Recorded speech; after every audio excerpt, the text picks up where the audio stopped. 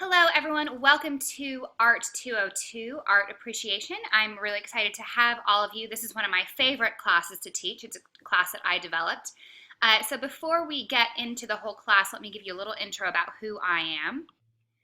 My name is Emily Boss. This is my husband Jonathan and I and our two dogs, Pip and Alfie.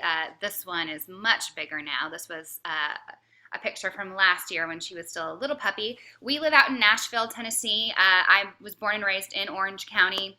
Went to Cal State Fullerton, the Fashion Institute of Design and Merchandising, and then did a master's degree abroad in England at the University of Nottingham. My whole background is in interior design and art history.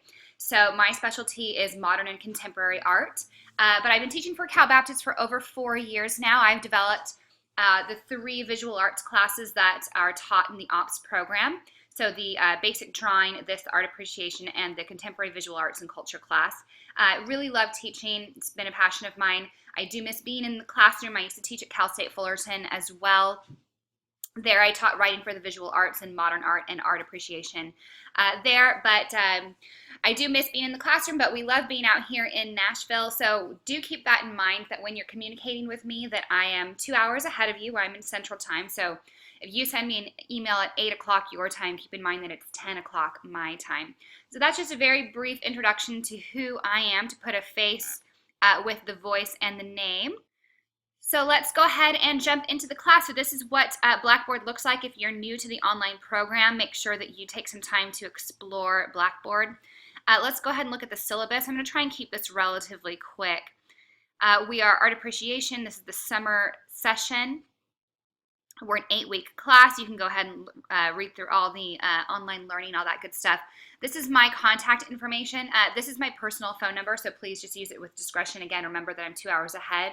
The best way to contact me is through email. I have an iPhone. It's on me at all times, so I do my very, very best to get back to all emails within 24 hours. If I don't get back to you within that time period, please just send me a quick follow-up email. Say, hey, I'm just following up to make sure that you received my previous email. Because sometimes, things fall through the cracks. I'm human. I get lots of emails, and I miss some at times. But I really prefer email, too, because it's a record of our conversation, so that way both of us kind of can look back and see what's going on, and there's less that can be lost in translation that way as well. But of course, I'm always willing to speak on the phone. You can text me if you need to as well. Okay, required text and resources. You need this book, Looking at Art. Hopefully you already have it at this point. You can buy it from the bookstore. You can also buy it on Amazon. There's only one edition, I think, so if you find an older edition, an older used copy, go for it. I'll let you read through all the course goals and objectives on your own.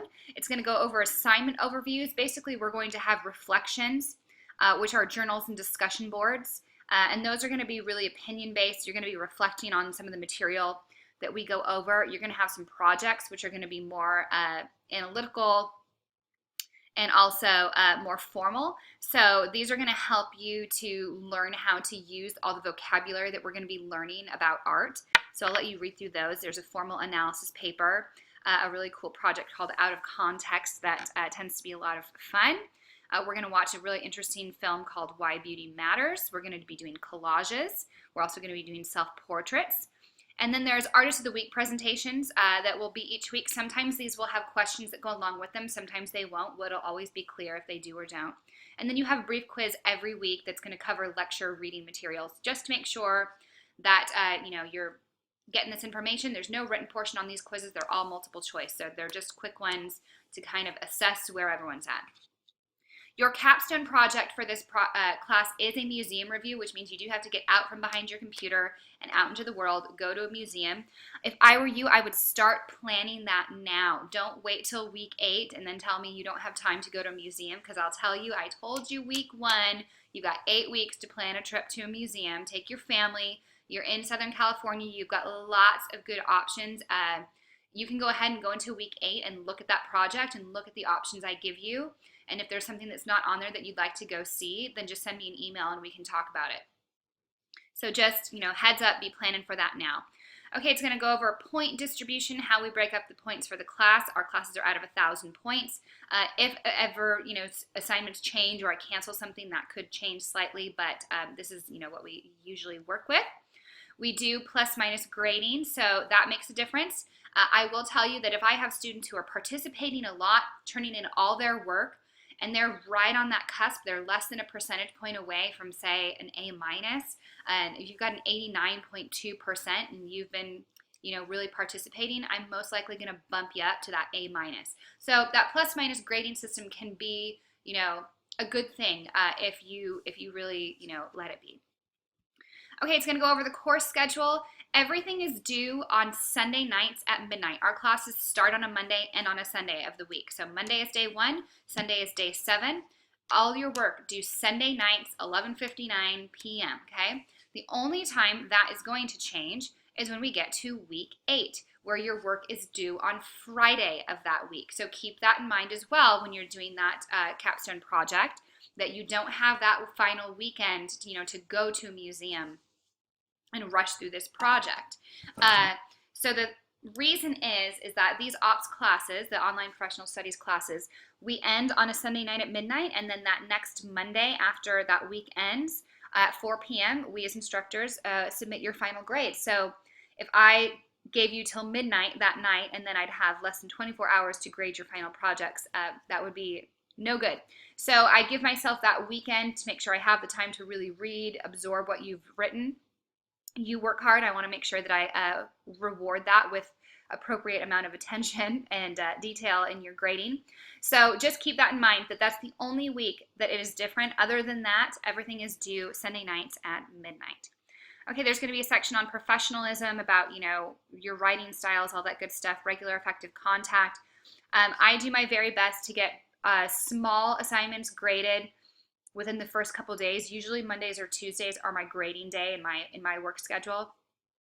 But for larger assignments, I say give me till Friday, and that way you have that weekend to kind of apply any feedback I've given from the previous week to whatever you're going to be turning in Sunday at midnight. But usually I get grading back to you pretty quickly. So always be checking your grade book regularly.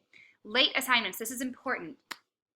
10% of the total point value for every day the assignment is late. So if you turn something in to me Monday afternoon, already it's gone down to a 90% no matter what. It's important for you to get your work in on time. I do this to help you with time management as well. And for me, my schedule, I have a schedule that I've set for grading. When you're submitting work in the middle of the week, I have to find a new time to sit down and grade that work. So it's courteous to me to get your work on time, but I really do it mostly because I want you guys to be on top of your time management. And I promise you it'll make you way less stressed. Sit down at the beginning of the week and look at what you have to do, plan out what days you're going to work on what, and you will be much happier campers. Now, all that being said, there are exceptions and extensions that can be granted at my discretion. So this is how I say it in my classes. You let me know before an assignment is due what's going on in your life and why you're not going to get something in on time. And 99% of the time, I'm going to give you an extension, whether it's, an extra day, an extra couple days. Just communicate with me. Don't let me know after assignment is already late that, oh, I didn't turn this in because. Just quick email. Hey, my car broke down. My kids are throwing up. This is what's going on. Can I have an extra 24 hours? And I'm most likely going to say yes. I have grace. I know life happens, and that's one of the perks of these online classes, that we can have grace for you guys. But I just ask that you communicate with me so that I know what's going on. Okay, there's going to be a section on netiquette, how to, do things in an online format. Academic honesty. This is a really big deal for me. Don't plagiarize. I kind of get a sick satisfaction out of catching plagiarism, so don't do it. We run your major assignments through something called Safe Assign. So I don't feel like I should have to go into too much detail on this. Just make sure you're, backing up sources where you need to, and just don't do it. Okay, there's a section on students with disabilities. You can arrange appropriate accommodations with the coordinator by sending an email to that email address. And that is our syllabus. So that's what we got going on. Let's jump to the learning activities and talk about week 1 here. So you'll have an announcement each week. They will obviously be shorter than this one normally. This one was longer because it's just kind of going over the class in general. But as you go to each week, you'll have a weekly agenda. So this is the first one. So this is an introductory course suited for both art and non-art majors. We will investigate the creative process and the diversity of style, technique, and media evident in various art forms throughout history and across cultures.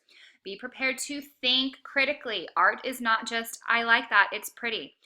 Look outside the box of what you have always understood art to be. So we're going to open our minds a little bit this next 8 weeks. During the next 8 weeks, we will explore works of art spanning hundreds of years and learn how it is relevant today. So each week I'm going to post an agenda to inform you what learning activities need to be completed along with any assignment deadlines. If you have questions, make sure you let me know. You can always send me an email and I will get back to you as soon as I can. So here's what we got going on. We have our first reflection, which is a journal. We have some reading and a lecture, and we have our Artist of the Week presentation with Q&A, and we have a quiz. So your first reflection, this is before you do anything else, before you do any reading, before you look at any lectures. I want you to write me a 1 to 2 page paper. This is just quick. Don't spend 3, 4, 5 hours on this. This should take you an hour tops. Discussing your current definition of art. So as if you were explaining the term to a person who has never heard of art before. What is the meaning of art and its purpose according to your own personal philosophy? Consider what qualifies as art and what may not. This is an opportunity to voice your open and honest perspective. This assignment is to be completed again before any other portion of the curriculum has begun. It's going to kind of serve as a litmus test for your growth and broaden understanding of the subject at the end of the course, because we're going to rewrite this What is Art paper during week 8. So you don't have to submit any attachments for this assignment. This is what I would do when you have journals. So click on the journal. Your prompt will be here again. Hit Create Journal Entry, and then you can give your paper a title, What is Art? And then you can either type it right in here, or you can copy and paste from, say, if you've done something in Microsoft Word, copy and paste it right here into the text editor, and then hit Post Entry. Now, I'm not going to hit Post Entry because I'm not really posting anything right now. You do not need to attach a file for this. It's much easier for me grading these if I can just pull them up one at a time instead of having to download them. So, students often ask, well, what about the formatting? If things aren't formatted perfectly, that's fine. Sometimes in these text editors, things get slightly goofy. The reason I say the equivalent of 1 page double-spaced is that if you were doing it in Microsoft Word, you would write out a full page double-spaced and then copy and paste it right in here. And we would be good to go. So 1 to 2 pages. Don't make it any longer than that. Don't do more than you have to on these. They're just kind of, to get your brain thinking. Let's go back to the learning activities here.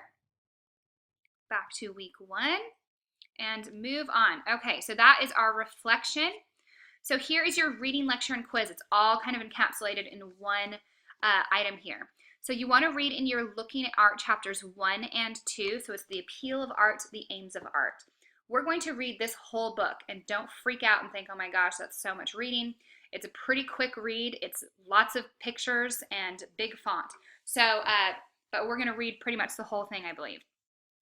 So get those first 2 chapters read, and then I've included lecture slides here. You want to make sure that you download those lecture slides and have those kind of to follow along with the lecture video. And the reason is that in the lecture slides, when we download those, you will find out that, I'm a link. And there will be pages that have actual links on them, and they will always tell you when they are a link. So some of them will not have any links, but some of them will. So you want to make sure that as you're following along with lecture, like there's another one, I'm a link, that you can pull up those little videos. So it's just some, some really interesting multimedia. I try to give you guys lots of, videos and images to work with so that we kind of encapsulate all those different learning styles. So I'm going to give you a lecture video along with it, but then make sure you pull that up so that you can watch any other clips that are embedded into the lecture. So then after you've done your reading and done your lecture, I would go ahead and just take your quiz right away so you can launch your quiz. And quizzes have to be done in one sitting. You don't have a time limit on them, but they just have to be done at once, so you can't kind of start it and come back to it. Open book, open note. This is vocabulary that may or may not show up on your quiz, and it will also be present in the lecture. Okay, and last but certainly not least, we have our first artist of the week is Vincent van Gogh, or Van Gogh if you're being very Dutch. And you're going to watch a really cool documentary called Van Gogh Painted with Words. And you should be able to click on this link and it will take you right to that Vimeo link. It's about an hour and 20 minutes. It stars Benedict Cumberbatch as Van Gogh. It's really good. It's all the dialogue that you hear that's not narration is actual letters from Van Gogh and his family. So you get to hear his actual words. It's really well done. Good one to watch, you know, with if you have older kids that might be interested in Van Gogh or art, or with a spouse or someone. So then what I want you to do is answer the following questions. And these are just quick, you know, 3 sentences, 2 to 3 sentences per question that I'm looking for. So how is Van Gogh's work influenced by his religious convictions? What part of Van Gogh's story did you find the most relatable? And if you could say anything to Van Gogh or ask him any question, what would it be? And so you can, again, just use the text editor to do this. If you go ahead and open these up, these are just 10 points. So you can hit Write Submission, and then you can do question 1, question 2, question 3. And you can go ahead and type those in and do it that way. You don't need to do it in the comments here. Make sure you actually hit Write Submission, or what will happen is when you submit it, there'll be nothing shown up, and then in this little column, all of your answers will be written as a comment instead. So make sure that you do it that way. And then you can hit Submit, and you are good to go. So that's what we got going on for week 1. Lots of information to take on in reading, lecture, videos. But we're going to kind of, you know, blast your mind with art this week and kind of dive in. If you have any questions about any of the material, don't hesitate to ask me, and have a great first week, everyone.